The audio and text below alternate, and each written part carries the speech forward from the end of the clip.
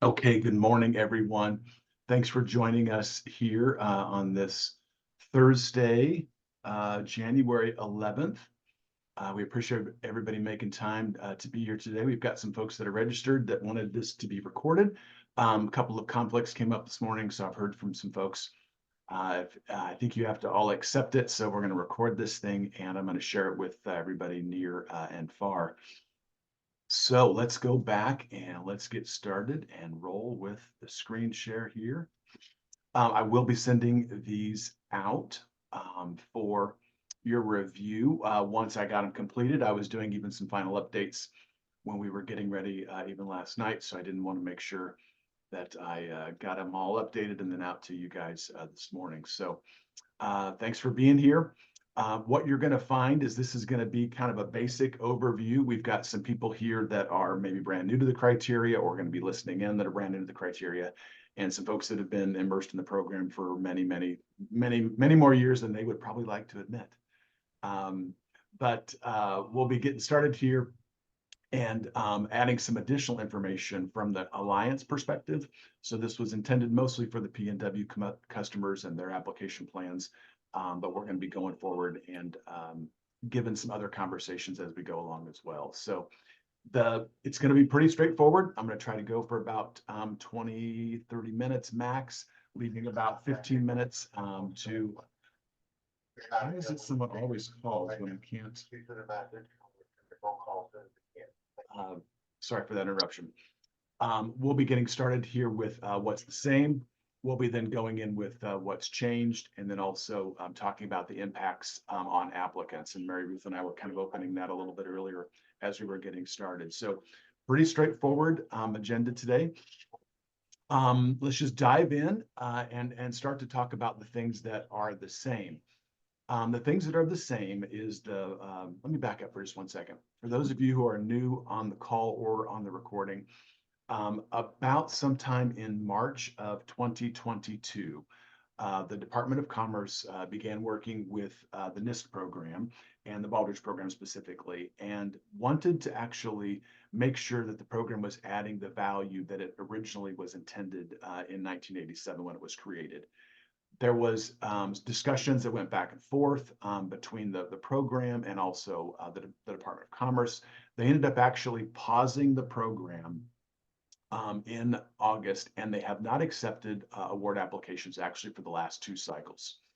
And so what we have been doing really since then is working, or the Baldrige program has been working with an external company to gather customer input, to look at best practices, to look at a lot of different things. The process has gone a little slower. A little is an exaggeration. It has gone a lot slower than I think the program itself, and I think all of the customers would have liked it to go.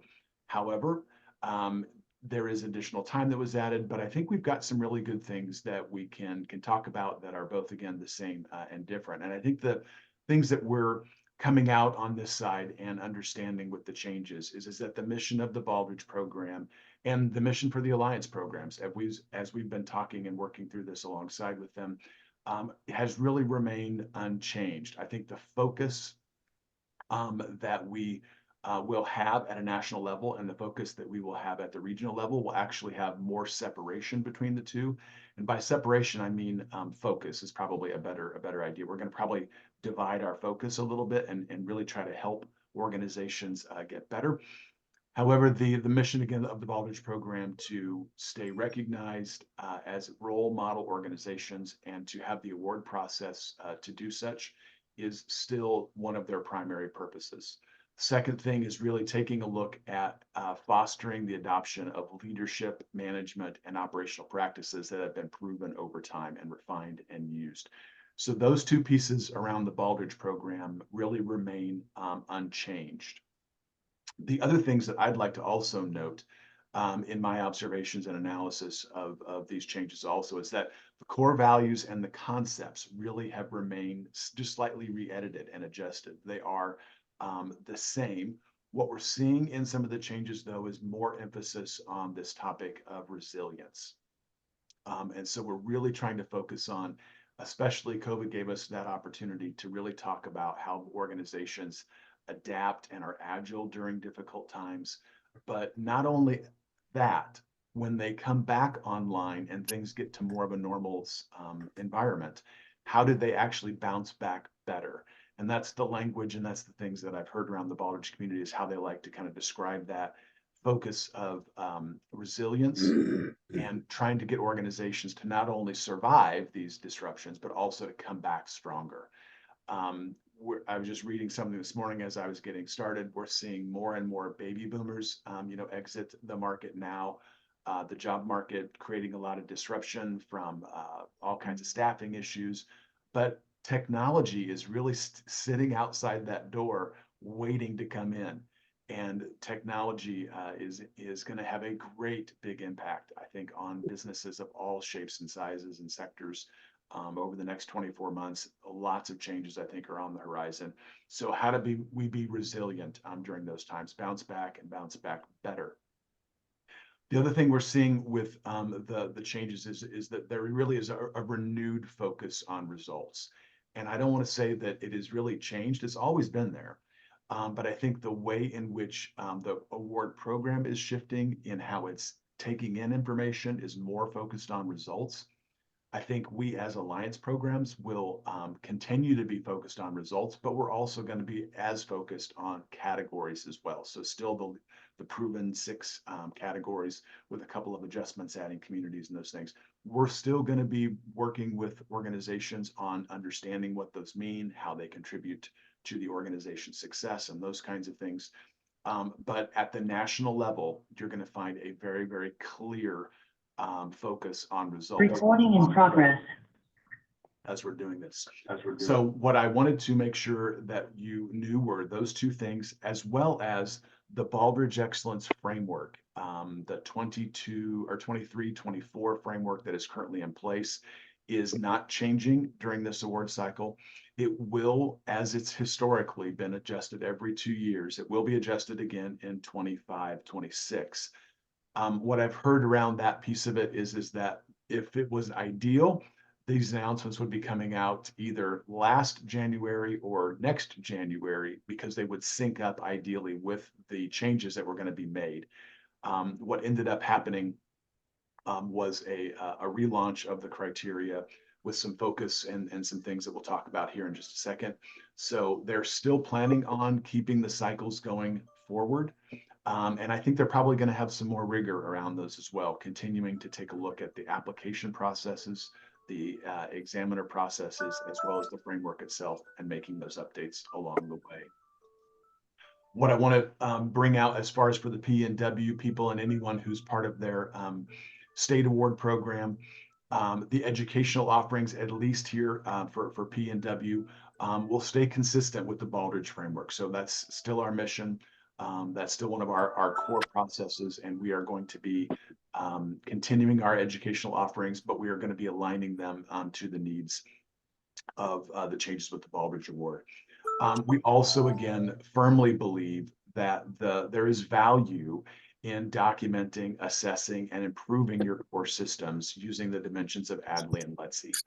And so what you're going to find really at the alliance level is that we're going to probably be doing more of that work with organizations, getting them understanding the criteria, cycles of learning, seeing those results improve, graduating them once they then achieve the level of recognition in the highest level of recognition in our states, then on to the Baldrige program.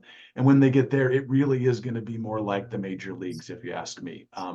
We being more the minor league, organizations, they being the major leagues, the way that they're going to be working their process is really going to be more sophisticated, I think, than it's been in the past, from a standpoint of really looking at results first, and making sure that organizations have both trends and comparisons that are world-class.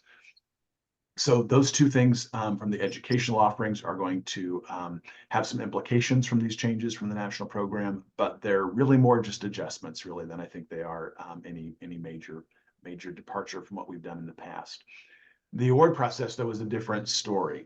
That's where there are still a lot of unknowns. We are still keeping our 4 levels of recognition at this time. We're not making any changes. And we're also going to be taking advantage of our learning site visits. So for those of you who are new to PNW, we offer essentially a no stakes learning site visit, which is just getting your organization into the process and understanding what the site visit process looks like. And then as they continue to improve and continue to apply, the full site visit process, which is very, very similar to the Baldrige process, is available to get our highest level of recognition.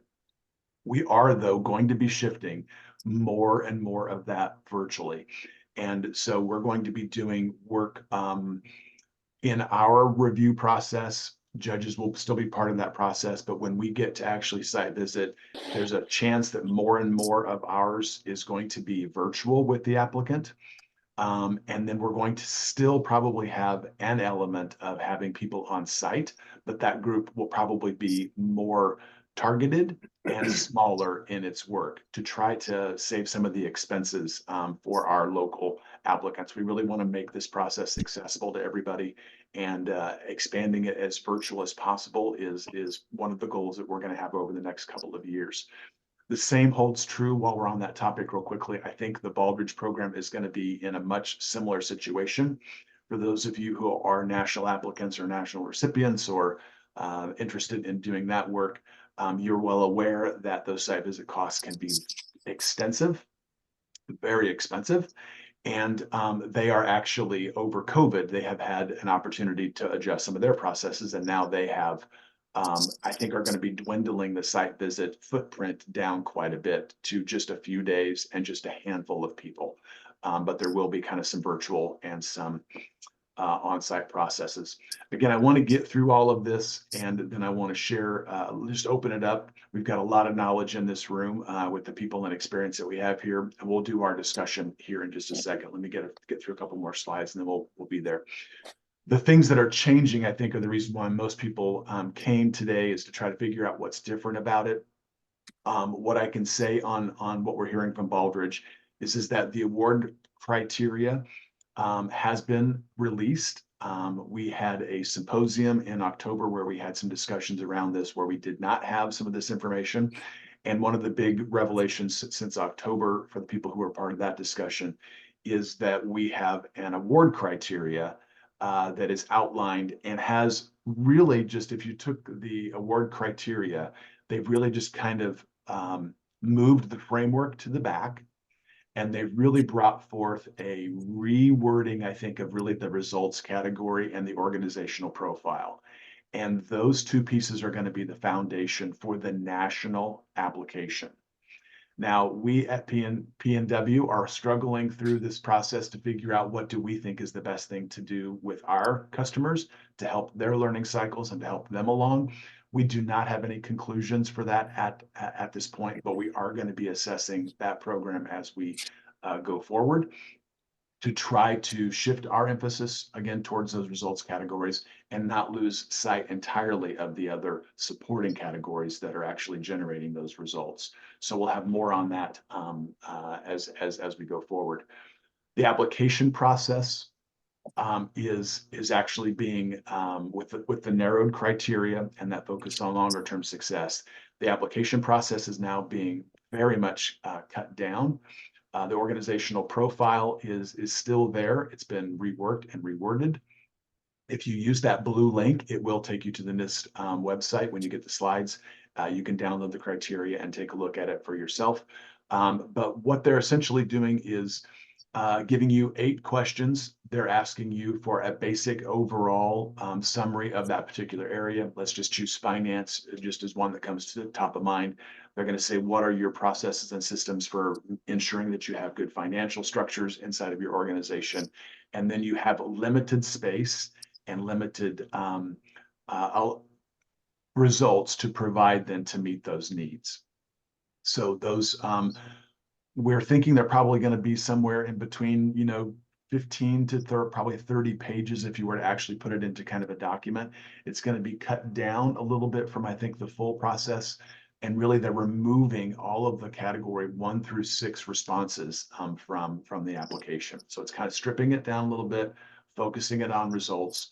And then the evaluation process is going to be new. For those of you who are on the call that are national examiners from 2020 and 2021, you may have been invited to be part of the award process that's going to be happening beginning, I believe it's around April 1st. There is examiner training that is going to be happening from NIST in the months of March, with the assessment process beginning in April. And then the site visit determinations will be made sometime in May, with the site visits happening sometime in June, July. That's the process that they're kind of rolling out at a very macro general level. So if you've been with Baldrige in the past, you know that you might be submitting your application in March or early April, and you're not getting the call back from Baldrige if you're a winner, or if you're a finalist in the New World, until Thanksgiving. So there was a large span of time there, more than 6 months. You can see from this new process that they're going to be submitting again around April 1st, and they're going to be having the award determination finalized by July. So they really are trying to streamline not only the criteria and the application process, but also the turnaround time to get there. So I kind of walked a little bit through all of those things. A little more on the assessment process is really more about just using it's going to be a lot more standardized from what I can tell, and the information that we're getting. If you're an examiner, you knew it took you 3 or 4 years just to learn the process because it wasn't always documented. And while it was always principally aligned with the criteria, some team leaders had more flexibility in the way they did work. We're seeing more standardization, I think, in the new environment as we go forward with Baldrige. So more of a scripted process, and more of a kind of follow this rather than do it on your own and give us good work. So that's what's changing at the Baldrige level. For the regional programs, we are looking for some additional, or I'm sorry, one more slide on the national program. We've also got some additional opportunities for recognition at the national program. The finalists that I just alluded to. So if you put your application in, you make the cut, and you are awarded a site visit, you are then being given the term finalist. The finalists then will have recipients. Recipients are actually the people that are receiving the award in the end when it's all said and done. But they're trying to really, there are typically, 15, plus or minus 15 site visits that go on any given year. Only the people that are standing on the podiums at Quest are the ones that are recognized now. All of those people that are awarded site visits will actually be noted as finalists. And then they're also opening up some additional special ways to work with recognizing finalist organizations as well. And so they can get categorical or really more, they're calling it special recognition based on areas of high importance. So for example, if turnover happens to be something that's very, very critical to be successful in your sector, you could get an award that might be tailored more to your work that you're doing around turnover, and making sure that you've got a workforce that's trained and able to respond very quickly, just to give it kind of an example. They haven't yet defined all of those special awards, but that's how they're describing them, as areas of high importance that are critically are critical for that particular applicant and for that particular sector. The most unusual part of the changes is this one, and perhaps it's even the most confusing. But what they're trying to do is bring back the relevance of the program, and also trying to get more larger organizations. Over the years, the size of the organizations that have participated in the Baldrige program has dwindled slowly. It's become more of a medium and smaller size organizational award to this point. And this fast track option is kind of interesting. There are 2 indexes, the Drucker rankings and the Just Capital rankings, that are going to be options for organizations that are already being noticed and already receiving recognition for high performance. There is going to be a fast track option where those organizations do not need to go through their alliance program, do not need to go through to get to the award table or to get to admission. of their application with the national program. Um, We've had some of our customers actually kind of interested in taking that path, thinking that could be an option for them. We would have to do some additional discussions around, they are really looking at those Drucker indexes and just capital. So if you're interested in taking that route, if you're on one of those lists, you could be eligible. If you're not on one of those lists, you're probably not eligible. If you do have more questions around your eligibility, please do reach out to me offline. We can talk about that specifically one-on-one. But I would also encourage you just to go look at those organizations. It's kind of interesting just thinking about from a results perspective and from a comparisons perspective what they're using to define as high performance. So any of you that are on the award path, it gives a wonderful opportunity to go back and take a look at what comparative data you're looking at in your world and what they're looking at in their world. And that may give you some ideas to give you some better, more robust comparisons over time. One thing that is wanting to be clear in this part of the presentation, excellence is not being lost as these changes are being implemented. And so we still want the ability to be resilient and successful long-term is really a core foundational principle of the work that we're going to keep doing. And then the one thing that must be said, I think, in these changes that I think is, if it's not obvious, I want to make it obvious. The award program at the national level is really focusing on the award process and role model determination. That's really going to be their focus. They're not really out there to coach and guide organizations like your alliance programs can help you do. They're really going to be focused on those two highest performing organizations and then sharing those best practices along the way. So really no change there, but I just wanted to make sure that that point was very, very clear. When we start to talk about the changes for PENW, we are not going to lose our focus on helping organizations improve. We're still going to be moving folks to higher performance, and that'll be reflected in our education offerings. And also, we're going to be pushing ourselves to try to help organizations find value in the process earlier. So how do we get more quickly to matching up those result areas that you can begin starting to take a look at and your processes and systems that support those results. So we're going to be working on implementing some changes around those things.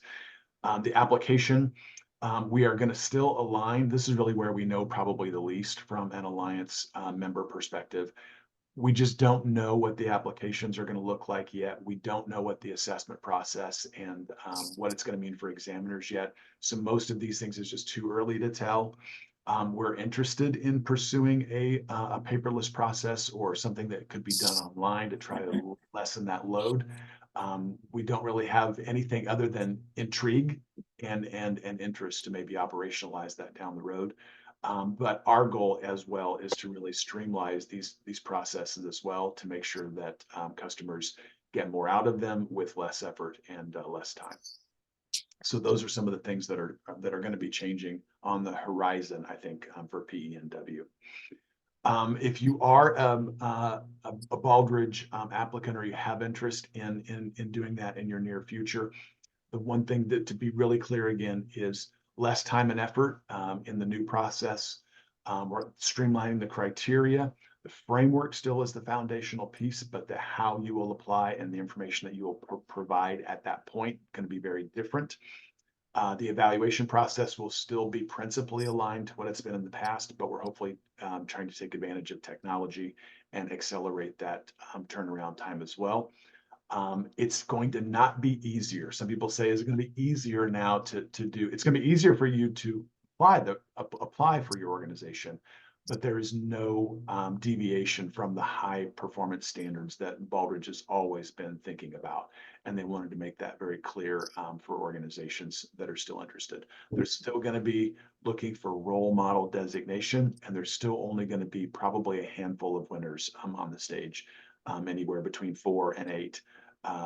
6, has been kind of the traditional number in the past. We don't see that or anticipate that changing very much going forward. And then really the thing that is also hopefully going to be is as the Baldrige program hopefully comes back with more relevance and more meaning, more marketable meaning in the programs, is there's going to be positive brand awareness, and there's going to be other designations of performance recognition to take care of. And then also ultimately all of that helps sharing, helps best practices inside and outside of those sectors, as you all well know, being part of this community.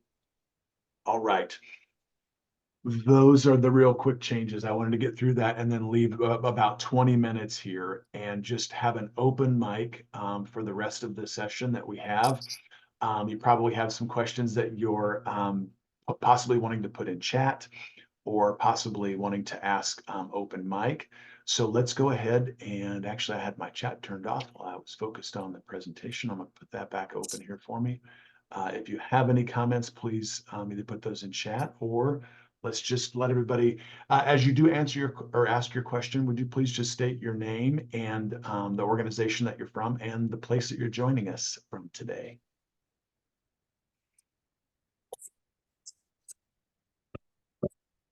Hi there, and this is Christina Johnson from Genie, calling in from Florida, though my company is based in the Seattle area. Good morning, Christina. A couple questions for you. So when you look at the award criteria, just like the actual PDF itself, it just feels so much different than the performance excellence framework that was the basis for the award up until this point. Where is like the emphasis on processes going to come up? Is that going to be after a site visit is awarded? I'm just trying to think about how to transition the mindset internally from my company as we've gone from doing this deep dive of 85 plus different business processes to now looking at something that looks and feels so much different with what's presented in the award criteria PDF. Great question, Christine. Thank you for that one, because it is very different. And if you've been used to pulling that full, framework open, you're looking at 80 or so pages, and now we're down to 6. It is very, very different. So the implication really in that, and to try to sift through it from the best understanding that I have, and if other people have a similar or different understanding of this, you'd like to chime in, please do so. But when you are applying, you are essentially attesting at the basic level that you have all of these systems in place, and you are going to be doing a brief overview, but it's going to be more categorical, for example. So if let's take the first area is leadership and governance, that is in the criteria questions for evaluation. So what you're going to do is you're going to describe at the basic level, your systems that are in place. And then you have some room to provide some graphs as well. But it's like 2,000 words, if I remember correctly. And it's like up to 3 graphs or something like that. So you don't have a lot of space. It really is an overview of your key processes. Then they're going to go into those results sections that you described, Christina. So you're going to just be providing an overview when you're applying, and then when you are awarded a site visit, then that's when the criteria work is going to start. We don't know how that information is going to be requested, but we do know that the team is going to have to reach back out to the organization with questions to say, we need to see these kinds of things. That process has not yet been defined for us. We don't know exactly what that's going to look like, but we do know that the bolus of the work is going to be done offline with the examination team, probably with the applicant uploading to a secure site the requested information so that the team can do the analysis that it needs to do.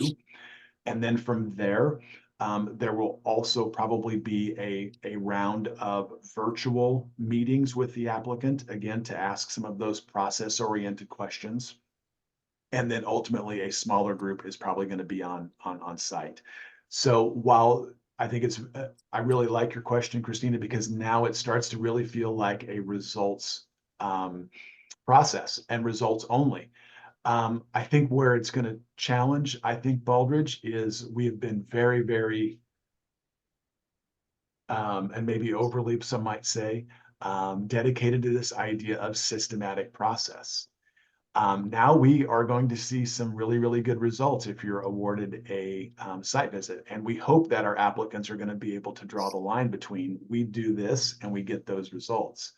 It'll be very interesting to see organizations that have high performance levels. And if they're able to get a site visit, if that theory of it takes very, very defined systematic processes to get good results holds up or not.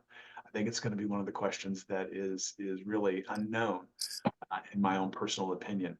I'd love to open up that question to other people because I know some people on the line have actually had some conversations at the national level. Anything anyone else would add to that explanation? So in summary, Christina, I think you are right on. It is very, very important to say to your organization, while the application at the national level is focusing on results, we have to have evidence and we're going to have systematic processes when they come to look for them. And so what are those? The good news is that while you're here with the regional level, we're going to be helping you refine those along the way, again, through some of those applications and processes that you've talked about. So hopefully that won't be as a big a surprise. The one thing I do again like though is that it really focuses on results. And I think if you do focus on results, it gets out of some of the mire, and says, really, what are we doing and how are we getting these results and how do we get better results by changing our processes? That's really the conversation that we want to support at the alliance level and to get you sharpened on as you make your way to the national program. Did that help or did that generate additional questions? It helped in some ways, thank you. And then one other question is just that will you still need to get the regional award before qualifying for the national award if you're not qualified through one of those other options? Yeah, it would be interesting for you to go out and search those two indexes and find out. Terex is a national brand. It is a national organization, big footprint. I don't know if you guys are on that list or not. If you are on that list, I think it's appropriate for us to continue our discussions with the Baldrige program and find out. I know it was going to be, they've described it as being by invitation, but they have not really defined what that invitation is. They've not said it's going to be exclusive to the top 25 or the top 50 or the top 500 or the top 1,000. They've really not got defined on how that's going to work. But what they're really looking for is they want to see proven high performance from comparative indexes in order to offer you a direct route to the national program. So we can have more conversations as we go forward. Okay. But yeah, take a look at those lists. I'd like to see what you find, or I'd like to hear about what you find. Other questions? Theron, this is Mary Ruth Butler, Kellogg, Idaho, where it's snowing terribly. So we are, one of our organizations is a Baldrige recipient, and we do use the Baldrige framework in our AHCA program, our American Healthcare Association program. And I swear, I don't even know. I mean, I'm agile, but I don't know if I can just like make this pivot because this is so different, right? It is. So one of the things, will they have education on like a how to, because right now it says you have a limit of 2,000 characters for each question. Like in the organizational profile, there are 11 questions. So it's up to 2,000 characters for each one of those 11 questions. Is that right? Yes. Okay. Yeah, it just seems That's so not much room. so different. Yes. So I just wonder if they will have any more information come out, kind of, or do they even know really at this point? I to be honest with you, I can't answer that directly. I'm not aware of any educational programs that are going to be offered, but I can't help that they're not going to have some type of webinars and some kind of releases of public information to help applicants along the way. So I do anticipate there being some support systems because they have to, I think, get people started. And then I think it'll mature as it needs to from there. This does bring up for anyone who is interested, Quest for Excellence is coming up in the first part of April. I think it's the 7th through the 11th or something like that. It's in Baltimore. I would anticipate there's going to be a lot of conversations at Quest around that topic, Mary Ruth. Problem is that I think the applications are going to be due somewhere around April 1st, and that would be too late for you. So I'm more than happy to stay connected with you and to keep my ears open and to feed you information as we learn it, and hopefully give you some more around that. But I don't know of anything specific that's going to be offered to help people apply yet. And then finally, I don't know if this is a question or just a comment. If the application process has been a barrier to applicants and now they've simplified the process, why would they think that there would be less award recipients when they've removed a barrier? Because there's some really great organizations out there that just, don't have the bandwidth for these applications. So to me, it just seems like maybe a poor assumption on their part that they still would have the same amount of, award recipients. I don't know. Well, I think that number is very fluid, and I think that number could change. And I think that maybe my actually throwing out of a number, it was probably an error. So I would retract that in saying they're still trying to do role model performance. So I think they are still open to, if they have 50 organizations that are role model performance, and when you stack them up and they are all side by side, very, very, very similar, I'm with you. When they asked for feedback during the process, that was one thing that I said to them was, I think this needs to be available to more organizations. They did expand it to those other categories, but the number still remains to be seen how it's going to change. They're defining role model as elite of the elite, cream of the crop, best practices. And so that, there are probably best practice organizations out there that aren't even applying, right? Exactly. And doing some really, really great stuff that's not even in the award program. But so less on the number, but I did hear that their origin of being is around identifying those organizations and sharing those best practices. And so the number, I think, I'd love to see the number go up personally, like you. I'd love to see 25 winners. I'd love to see a lot more of an array of best practices and things that would give people.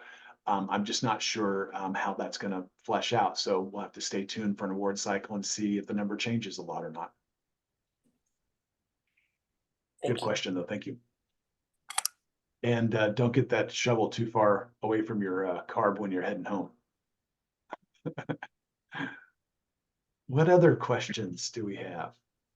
Darren, this is Dave Brooks. I have a question. When you look at that award criteria, this is a little bit on the line of Christina was asking too there. The first piece of that in every section talks about briefly describing some key processes. And do you have any knowledge as to, are those descriptions aimed at basic, overall, or multiple type questions in there? Because if you're talking a brief description, it seems like the things that they list there are more in line with like more basic or overall. And, are they kind of going away from a lot of the multiple requirements there?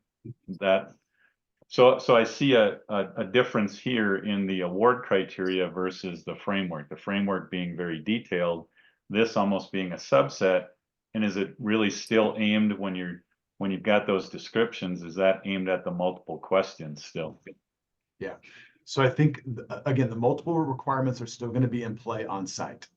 So you're going to have to still address all of those things. But I do think your summary of the question around, is this aimed at the basic? Is that overview of 2,000 characters that Mary was talking about? I think it is. I think it is. If you're talking about, a governance and leadership structure, you're probably going to have, a diagram of your leadership system and probably some sentences, that overview how you use that to get the results that you get. And then also the same thing, for your governance. So space is going to keep it really basic. Now, how deep and how flowery and how expansive can you make those 2,000 words that you have? That's going to be the kind of the interesting point of it is that can you start to touch on some overall? Can you start to touch on The other thing that I think is really absent from this, which is the core essence, in my opinion, of the criteria, you're not going to have hardly any opportunity to talk about cycles of learning in this new application process. Virtually none. I mean, if you're doing that, you're going to have to squeeze it into your 2000. You can maybe bring it out in some of your graphs as you're doing that. You can say, you know, arrow, cycle of learning, improvement. You know, you can start to put some of those things maybe down, but you're not going to be able to explain what they are because you're just not going to have the space. That's going to all come out, I think, in the subsequent interviews and the subsequent site visit as you go forward. Yeah, and just one more comment there. It seems like if your description on this initial part is really kind of aimed more at the basic and overall, that's a lot lower maturity level than what the multiple would have you at. So if they're trying to identify role model organizations, Yeah. getting a basic description, Yeah. I think there was a process to get to this end, and the process that got to this end considered actually just having it be a checkbox. Do you have a leadership system in place? Check yes or no. right? I think when they got to thinking about that, that didn't really give them any information. It was just simply people attesting that they had something. And Yeah, I think when they got to the final drafts of the criteria, they go, you know, we have to have something more than that. We've got to at least have a picture of it. We've at least got to have some basic description of it. And that's where they landed. You know, again, I think the one thing we also have to keep in mind is that they're like all of us now, Baldrige is kind of flying, you know, flying the plane as they're building it in some ways. And so this is where they're starting. And I do anticipate, you know, changes in the process, probably every cycle, you know, as we start to refine it. For those of you who have been around the program for 35 years, that program that we built was really good. I think it proved that you could take teams from people around the, you know, the nation, give them the same information, and they would come back with relatively similar scoring and relatively similar, you know, feedback. Enough that there was variation, but there was enough to tolerate in that number. Not the exact same stuff, but enough to tolerate. And we're losing probably some of that reliability. I mean, I can't imagine that we're not losing some of that reliability in this change period. I don't think it's all gone, so please don't be alarmed by my comment like that. But I do think that it's going to be 2 or 3 cycles to get some of this honed to probably find a good rhythm again as we go forward. But again, the focus on results, if you're getting high performance in 5, you know, across those categories in multiple 8 different areas now, was 6, now 8. If you've got sustained performance in those areas, you probably got something in place. It's, you know, something's driving it. It's not just happening by luck for multiple years over time. And that's what I think that question is. There's going to be a gap between, I think, what we can provide and what's actually in place. If there aren't any more application questions, or if I may, just because of time shift, I'm really kind of dying as a Alliance Executive Director to hear from you as customers and volunteers. You know, some of you are examiners that are on this call, and you are dedicating your time. You've spent hundreds of hours on applications. Now you're looking at a new process. If you're an organization, you maybe have spent multiple hundreds of, you know, hours. I'd kind of like to get your feeling and any advice or any concerns that might be helpful to PENW as we start to make some of these changes. What do you think? What's on your mind about, and how are you reacting to some of these changes? May I request information sort of as a person? I'm not an examiner, I'm not a judge. We've been an applicant, been involved with the state program and with the national program for a while. May I put Mary Ruth, may I ask a question of you, Mary Ruth? Yes, As sir. an applicant who's been there, done it. Can I Yes. ask you your own experiences? Because I've heard about how the cycles of learning has been basically eliminated. Can I ask you, what did you find in your own organization? What benefit did the cycles of learning provide to you in your organization? So are you Mary meaning Ruth, like, I want to just interrupt you. So I'm, Okay. my language might have been, it's not being eliminated. It still is a core principle of the program, but we're not going Okay. to have the ability to define any of that work. That's what I want to make sure clear. And Mary Ruth, would you please answer? okay, so I think what I, like, of what value did it bring our organizations, the cycles of, Yes. okay. Well, for us, it actually was huge. It changed the way we did our performance improvement, our whole process in terms of learning. You know, here in the second quarter of 2023, our falls were 14%, and we reviewed it. And here are the things that we put in place, you know, looking at the data. We went back and looked at it again the first quarter of 2024, and now our falls are less. So for me, it just created a rhythm that just came so natural. It became part of our DNA to, like, you know, look at our data, have an action plan, go back and look at our data. And those were just cycles of, you know, learning and evaluation that ultimately did lead to improvement that was sustainable. Thank you.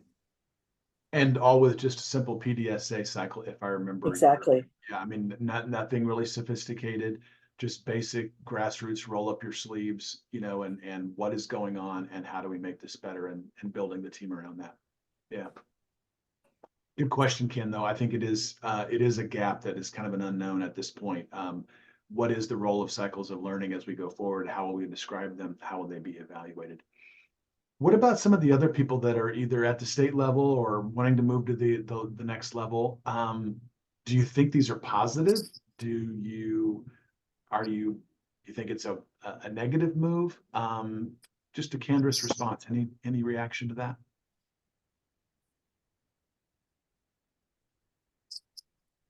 I'm a little jarred by the difference between the extensive detail in the performance excellence framework and how I've trained my organization to think that every single process that we do is important. And then to go, even just, not to get, you know, petty, but even just the look of the PDF, it just feels so different than the Baldrige Excellence framework. It's hard to really see that they are one in the same. So I think change in general is an uncomfortable thing and usually not welcome. So that probably has a lot to do with it. But yeah, I would say overall, I think that it'll be good in the end, but it seems like it's stripping down a lot of the principles and things that Baldrige has put forth with having such a focus on processes. Thank you for your candor, Christina. I appreciate that. And we've got a couple of board members from PNW here on the call as well. And what I'm really hearing in what you're saying is that don't lose sight of the categories. Still help us know the DNA rather than just the outcome of the test. Which is continue to help us focus on our processes, continue to help us focus on our systems and how we evaluate them and make them better. And then that will then drive you to, you know, the higher results levels, hopefully, that you're desiring. And then you'd be ready then, I think, for the national program. But you'd have to really go through the alliance in some ways to get all those pieces really honed and refined and ready for the major leagues. Mm-hmm. Appreciate that. Thank you very much. Any other people out there either using the criteria or maybe even not using the criteria? Thoughts?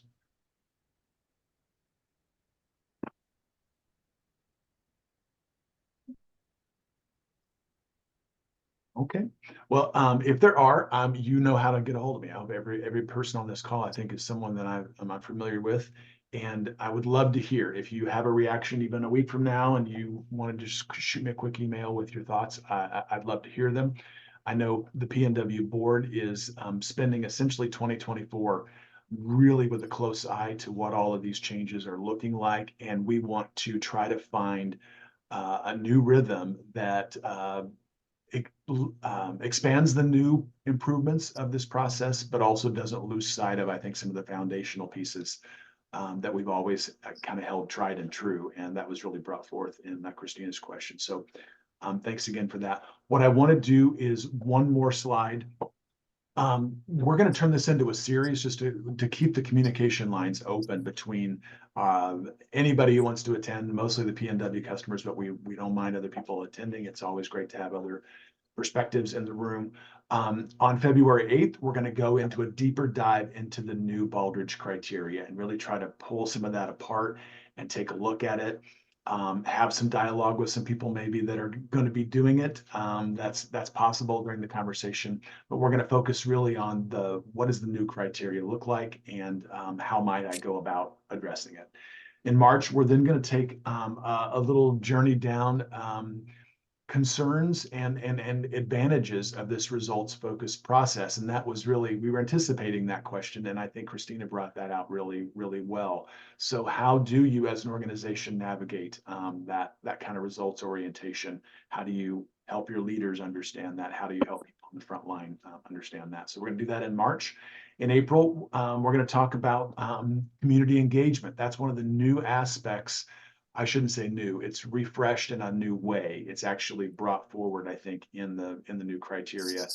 And PENW is also forging a relationship more closely with Communities of Excellence 2026, which is the new award program. And so we're going to have more discussions around community engagement, which is part of the Baldrige framework and part of the new award criteria, but also share some ideas from the Communities of Excellence approach. So we're going to kind of give you some things around those two pieces. And then in May, I've applied to be an examiner. There are other people in our network that are going to be doing the same. And in early May, I'm going to try to get our heads together and to try to give people an early understanding as to what the application process looked like after people applied. And also in the early stages of doing the assessment from the examiner side of the table, to try to give people an idea of kind of what the new process looks like and what the changes might be. So we're doing our best to keep you informed as all of these things are changing, and we've got these on the horizon. Topics could change. I probably should have put that on there. If we find something that we think is more relevant than one thing that we've anticipated, we're going to adjust accordingly. But we want to say, with 5 minutes left here in the hour, we appreciate all of you being here today, whether it is in person or whether it's going to be looking at this recording after the meeting. If there's anything we can do to help you along your performance excellence journey, please reach out to us, and have a great rest of January and a great rest of 2024 as you go forward. Thank you very much for attending.